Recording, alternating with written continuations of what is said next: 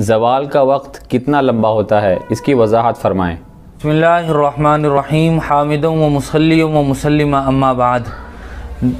जब सूरज बिल्कुल बीचों बीच आ जाए तो उसको अरबी में निस्फुन नहार यानी ज़वाल का वक्त कहते हैं।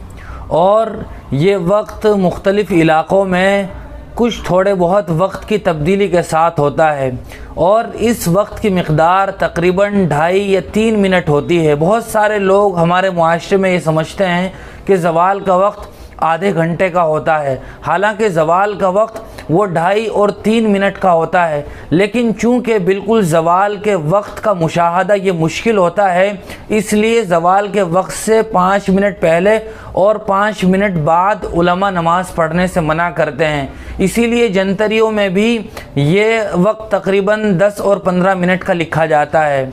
सोलर सिस्टम और फ़लकियात के माहिरीन ने उलमा की निगरानी में अपने अपने इलाक़ों के लिहाज से ऐसी जंतरियाँ तैयार की हैं जिनमें ये वक्त पूरे साल का महीनों के हिसाब से लिखा हुआ होता है। लिहाजा ज़वाल का वक्त बुनियादी तौर पर वो 2.5 से 3 मिनट का होता है और एहतियात के तौर पर 10 और 15 मिनट का वक्त होता है जिसमें नमाज़ पढ़ना ममनू है। अलबत्ता नमाज के अलावा ज़िक्र करना और औराद व वज़ाइफ में तस्बीहात में मशगूल रहना ये बिल्कुल जायज़ है, इसमें कोई क़बाहत और बुराई नहीं है।